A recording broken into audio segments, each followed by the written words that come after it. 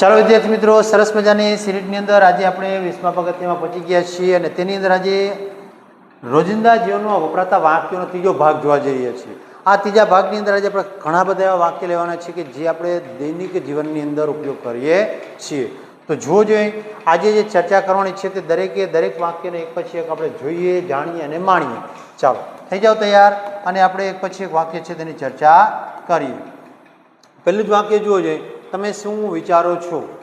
તમે શું વિચારો છો? તો આપણે કહીએ કે વોટ, શું કહીશું આપણે? What are you thinking of? What are you thinking એટલે કે તમે શું વિચારો છો, શું વિચારી રહ્યા છો? મને થોડો સમય આપો. સમય જે છે આપવાની વાત કરી એટલે કે આપણી પાસે જ્યારે આપણે સમય માંગીએ છીએ ત્યારે આ પ્રકારનું વાક્ય વપરાય છે.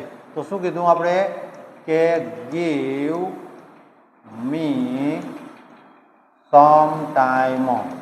ગીવ મી સમ ટાઈમ, મને થોડો સમય આપો. હું તૈયાર થઈ રહ્યો છું.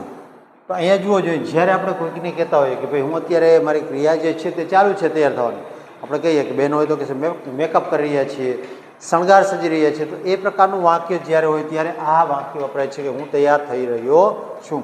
તો શું કહીશું આપણે? આઈ એમ, પછી I am getting ready. I am getting ready એટલે કે હું તૈયાર થઈ રહ્યો છું. પછી કૃપા કરીને ધ્યાન આપો.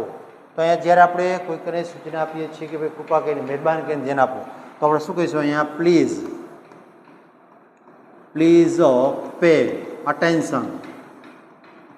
શું કીધું? Please pay attention. બરાબર, આ પ્રમાણે પ્લીઝ પે અટેન્શન. પછી બધું બરાબર છે. આપણે બધું બરાબર છે આપણે વાપરીએ જ છીએ, ઓલ ઇઝ વેલ. તો અહીંયા શું કીધું કે બધું બરાબર છે એટલે આપણે કહીશું કે ઓલ ઇઝ વેલ. બધું બરાબર છે અથવા તો સારું છે. મને ખાતરી નથી. તો મને ખાતરી નથી એટલે શું કહીશું કે આઈ એમ નોટ શ્યોર. બરાબર, આઈ એમ નોટ શ્યોર એટલે કે મને ખાતરી નથી. જોજો મિત્રો કે આ રીતે જ્યારે તમારી સમક્ષ વાક્ય આવે છે ત્યારે આવડે કે ન આવડે જરા કોમેન્ટ બોક્સની અંદર મને આપો. અને હા, બીજું કે આપને વિનંતી છે કે જો આપ ચેનલ ઉપર નવા છો તો ચોક્કસથી સબસ્ક્રાઈબ કરો અને મારા વિડીયો છે તેને લાઈક કરો એવી આપણે રજૂઆત કરી રહ્યો છું. ત્યાર પછીનું વાક્ય, તમે સાચા છો. તમને કોઈ પૂછે કહે કે ભાઈ તમે સાચા છો, તો શું કહીશું આપણે? કે you are right. You are right, તમે સાચા છો. પછી હું તમારી સાથે સંમત છું અથવા તો સહમત છું. બરાબર, તો તે વાક્ય શું થશે કે I M agree with you એટલે કે હું તમારી સાથે સહમત છું. પછી મને ખૂબ આનંદ થયો. તો આપણે કહીશું કે I am very happy. I am very happy. ચાલો, તમારો દિવસ સારો જાય. તો આપણે શું કહીશું કે have you a good day. શું કહીશું આપણે? Have you a good day એટલે કે તમારો દિવસ સારો જાય. મને ઊંઘ આવે છે. તો શું કહીશું આપણે? I am getting sleepy. I am getting sleepy. બરાબર. મને તરસ લાગી છે. તો શું કહીશું? મને તરસ લાગી છે એટલે કે આઈ એમ. તરસ એટલે શું થાય? તો કે થ્રસ્ટ. તો આપણે થ્રસ્ટી કહેશું. આઈ એમ થ્રસ્ટી એટલે કે મને તરસ લાગી છે. ચાલો, ત્યાર પછી ના વાક્યની ચર્ચા કરીએ અને જોઈએ. એકદમ સિમ્પલ વાક્ય છે તેની વાત કરીએ તો જોજો, પ્રથમ વાક્ય શું છે? મને આ ગમતું નથી. બરાબર, મને આ ગમતું નથી.